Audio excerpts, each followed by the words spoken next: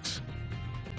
Welcome back, everyone. So, Chris, what's kind of going on in the world right now? Yeah, so we're seeing an active tropics, not in the Atlantic basin, but also in the Pacific basin, in the Pacific Ocean there. We are looking at Hurricane Barbara. It is a Category 4 hurricane that is moving towards the west-northwest at 14 miles an hour. It is a Category 4. Winds are at 155 miles an hour as we currently look at that storm. And the current models, the spaghetti plot here, shows this storm continuing to move towards the west there as we go into the next several days away from land, but it is expected to weaken into a depression. I know a lot of these models are indicating that it's moving towards Hawaii, but National Hurricane Center does expect this storm to weaken as it continues to move closer towards the west there. But looking for our headlines for us here in the Concho Valley, expect mostly sunny skies as we head into the next couple of days, but each day for the next 2 days, we're going to see some isolated thunderstorms with potential showers with that as we go into Wednesday and Independence Day. We're going to have a hot end to the week because we're going to see our temperatures rising into the upper 90s as we go into the weekend and into the start of next week.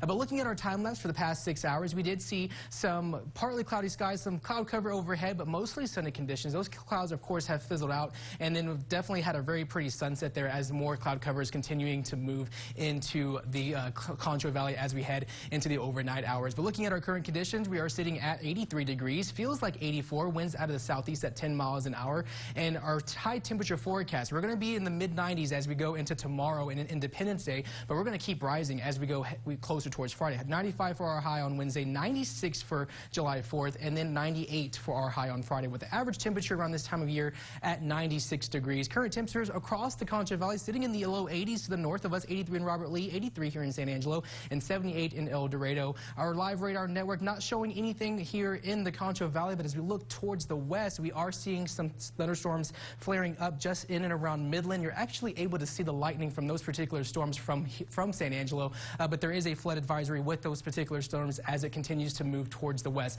Futurecast has our temps getting down into the 80s as we go into the overnight hours. A little bit of cloud cover for tomorrow morning, but then as we head into those afternoon hours, we are going to see the potential for these spotty, isolated thunderstorms to start flaring up in several locations across the Concho Valley, and that's going to be the same situation as we go into Thursday for Independence Day. More, like I said, going into Thursday, getting up into the mid-90s, and then again, seeing those spotty thunderstorms flaring up more in our southeastern areas for Independence Day. So we can expect to see some hit or miss isolated storms for the next 2 days. Not to cancel any plans or any outdoor activities, but just kind of have a heads up that you may see a stray storm come out of nowhere if you're spending time outdoors for the next 2 days. Our extended futurecast has this high pressure system.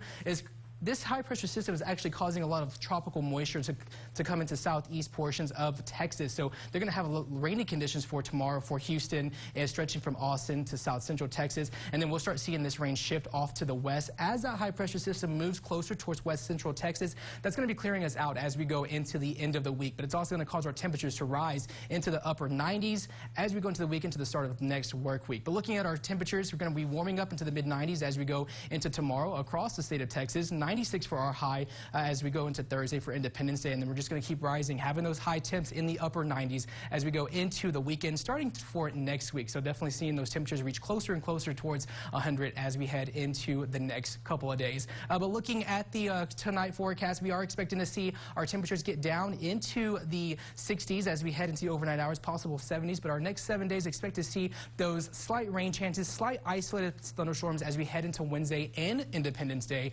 Temperatures getting up into the upper 90s for Friday and Saturday, with overnight temps in the 70s, and then almost hitting 100 as we go into next week with those typical July weather. I know, Mariah, you were saying that you were glad that we weren't hitting those 100-degree temperatures, but yes. It looks as we head into the second week of July, we're actually going to get close to 100 degrees as we head into the next 7 days.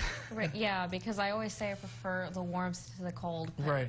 Not that warm. Not that warm. It's too hot, especially just July. Like, you know, at the end of July, we start seeing temperatures like in the 105, 109. Oh, they're awful. All right, thanks, Chris. Coming up on KSAN News, a saddle maker wants to continue what he calls the lost art. We'll have the story when we come back.